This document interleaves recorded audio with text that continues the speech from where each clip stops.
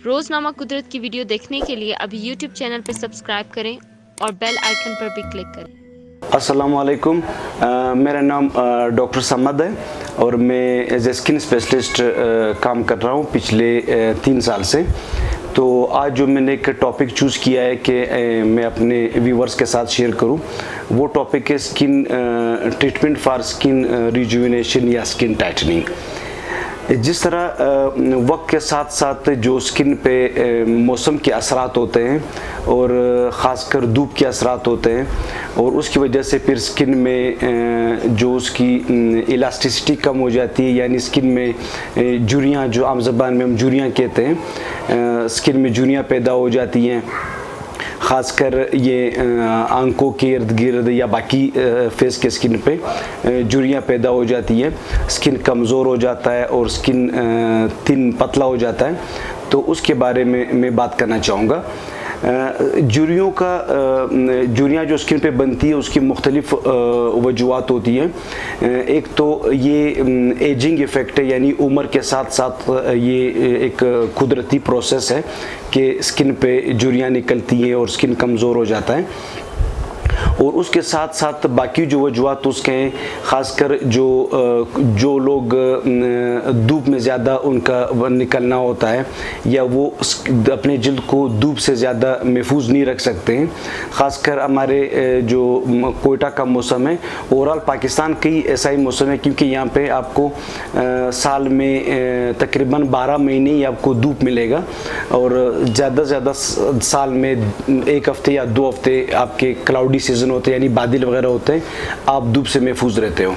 जो European countries होते हैं वहाँ पे ये होता है कि आपके तकरीबन पूरा साल वहाँ पे बादल ही होते हैं, क्लाउडी सीज़न होता है, तो उनका जो स्किन होता है वो अमूमन धूप से महफूज रहता है। हमारे लोगों का जो स्किन है वो उनका सन एक्सपोजर, यानी धूप को वो बहुत ज़्यादा ही वो एक्सपोज करते हैं, तो ये एक बहुत बड़ी वजह है। और दूसरी वजह फिर मुख्तलिफ़ विटामिन्स हैं, मुख्तलिफ़ एंटीऑक्सीडेंट्स हैं, जिस तरह विटामिन सी है, विटामिन ई है, कॉपर, सेलेनियम, जिंक, ये मुख्तलिफ़ विटामिन्स होते हैं, वो भी हमारे खुराक में वो प्रॉपर मिकदार में मौजूद नहीं होते हैं। तो इन 2 वजूहात की वजह से हमारे लोगों की जो जल्द है वो बहुत जल्द उनमें झुर्रियाँ पैदा हो जाती हैं। तो इसके लिए सबसे अच्छा तरीक़ाकार ये है कि सन एक्सपोजर कम होना चाहिए, यानी बहुत ज़्यादा धूप में बिला ज़रूरत धूप में नहीं बैठना चाहिए, धूप में नहीं निकलना चाहिए। और इसके अलावा sunblock, minimum sunblock हर बंदे ने इस्तेमाल करना होगा, जो भी फीमेल है या मेल है। दिन में कम से कम 2 दफ़ा, सुबह को और दोपहर को एक अच्छा सा सन ब्लॉक जो SPF 30 या उससे ऊपर हो, वो सन ब्लॉक इस्तेमाल अगर रेगुलर इस्तेमाल हो, और साथ में अच्छा सा एक मॉइस्चराइजिंग लोशन, कोई भी मॉइस्चराइजिंग लोशन, बॉडी लोशन, वो अगर बंदा इस्तेमाल करे, और साथ में मल्टी विटामिन, जिसमें ये आम जो विटामिन है, विटामिन सी, विटामिन ई और कॉपर, सेलेनियम, बायोटीन, ये अगर वाफर मिकदार में मौजूद हो तो वो रेगुलर इस्तेमाल करने से स्किन की जो झुर्रियाँ हैं वो उनका ज़ाहिर होना, वो ज़ाहिर तो वो होंगे क्योंकि ये तो एक नेचुरल प्रोसेस है, लेकिन वो लेट होंगे। यानी अगर आप बग़ैर एहतियात के अगर रिंकल्स 20 साल की उम्र में आएंगे, तो अगर आप एहतियात करेंगे तो वही रिंकल्स आपके चेहरे पे 35 या 40 साल के उम्र में आएंगे। तो ये तो एक बेसिक जो उसका हम लोग बताते हैं कि एक एहतियात है या बेसिक एक स्किन प्रोटेक्शन के लिए आपने कम से कम ये तरीका अपनाना होगा। और उसके बाद जब रिंकल्स अपीयर हो जाते हैं, ये रिंकल्स या झुर्रियाँ बन जाती हैं, तो उसके लिए फिर मुख्तलिफ हमारे पास तरीका इलाज है। उसमें एक माइक्रो नीडलिंग है, जिसमें हम लोग एक मशीन है जिसमें छोटे छोटे नीडल्स होते हैं, माइक्रो नीडल्स उसको बोलते हैं, उससे हम स्किन की ट्रीटमेंट करते हैं। और दूसरा फिर लेज़र तरीक़ाकार है, लेज़र मशीन से। लेज़र मशीन में फिर हमारे पास अल्ट्रासाउंड और RF, अल्ट्रासाउंड को यहाँ पे आईफू भी कहते हैं, आई एनर्जी फोकस अल्ट्रासाउंड। तो ये दो ट्रीटमेंट ऑप्शन है। इससे क्या होता है कि इससे माइक्रो नीडलिंग और लेज़र दोनों ट्रीटमेंट से जो स्किन के अंदर जो एक फ्रेमवर्क होता है यानी कोलेजिन और इलास्टिक फाइबर होते हैं, तो ये उनको स्टिमुलेट करता है यानी उनको दोबारा बनाने में ये मददगार होता है, क्योंकि दोबारा उनको सिंथेसिस करता है, synthesis of collagen and elastic fibres. उसके साथ साथ ये तकरीबन महीने में एक सेशन होता है दोनों का, माइक्रो नीडलिंग का भी और लेज़र का भी, और इसमें तकरीबन 4 से 5 सेशन माइक्रो नीडलिंग और 4 से 5 सेशन लेज़र की ज़रूरत पड़ती है। और साथ में फिर हम उनको एक नाइट के लिए क्रीम देते हैं, जिस तरह उसमें फिर कुछ इंग्रेडिएंट्स मस्ट होते हैं, जिस तरह एलोरेनिक एसिड और रेटिनॉल और विटामिन सी, कुछ इस तरह के इंग्रेडिएंट्स क्रीम्स में होते हैं। वो क्रीम हम उनको देते हैं फॉर 4-5 महीने के लिए, और साथ में सन ब्लॉक देते हैं, सन ब्लॉक क्रीम, वो फिर उन्होंने लाइफ लॉन्ग इस्तेमाल करना होता है, स्पेशली जो सन ब्लॉक। और उसके अलावा फिर अननेसेसरी सन एक्सपोजर को अवॉइड करना होता है।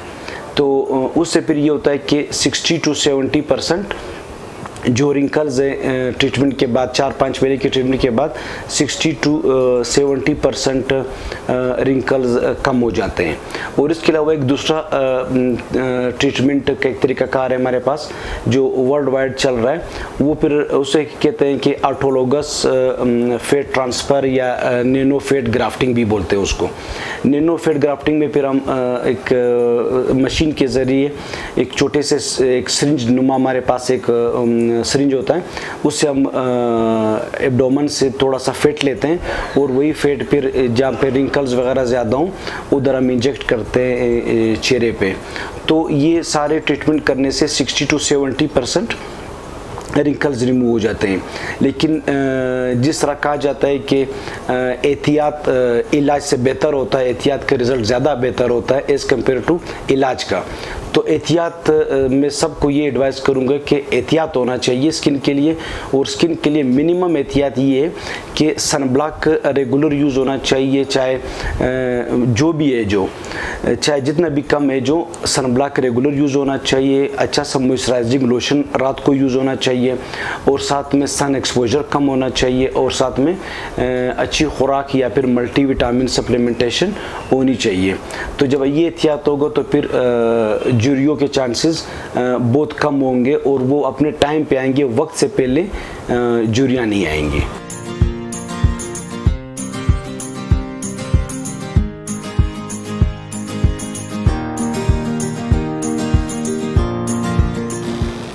स्किन रिजुविनेशन यानी रिंकल्स रिमूवल के लिए एक तरीका इलाज आता है जिसको माइक्रो नीडलिंग कहते हैं।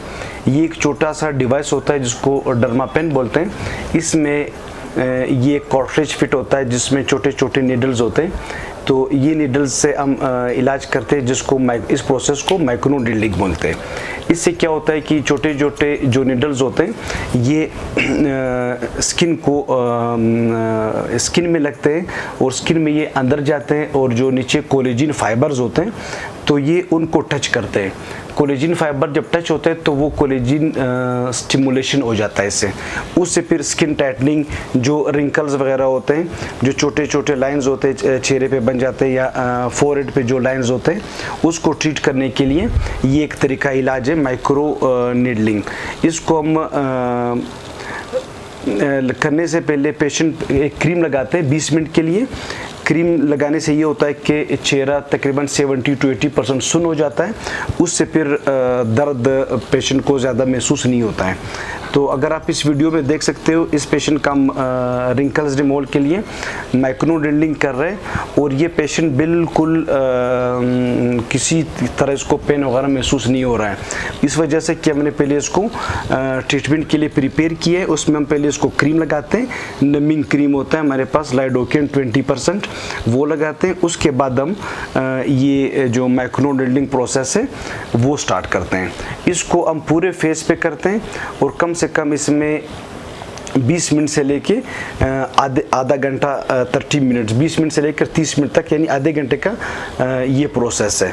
माइक्रो नीडलिंग हम अकेले भी कर सकते हैं, सिर्फ माइक्रो नीडलिंग, और माइक्रो नीडलिंग के साथ हम इस पे फिर इसी पेशेंट पे लेज़र भी अप्लाई कर सकते हैं। एक सेशन माइक्रो नीडलिंग का और उसके बाद हम RF और IFU लेज़र से भी इसका इलाज करेंगे। तो जब ये दोनों कंबाइन होते हैं तो उसका फिर अच्छा रिज़ल्ट आता है रिंकल्स रिमूवल के लिए।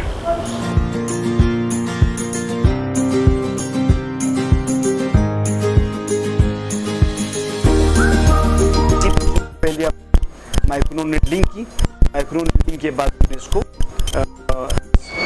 लेज़र ट्रीटमेंट करेंगे RF के साथ। अभी RF प्रोब हमने इस्तेमाल कर दिया, अभी हम इसको अल्ट्रासाउंड यानी आई फोकस्ड एनर्जी अल्ट्रासाउंड का जो प्रोब है वो हम यूज़ करेंगे। इसको हम चेंज करेंगे दोबारा अल्ट्रासाउंड एनर्जी पे।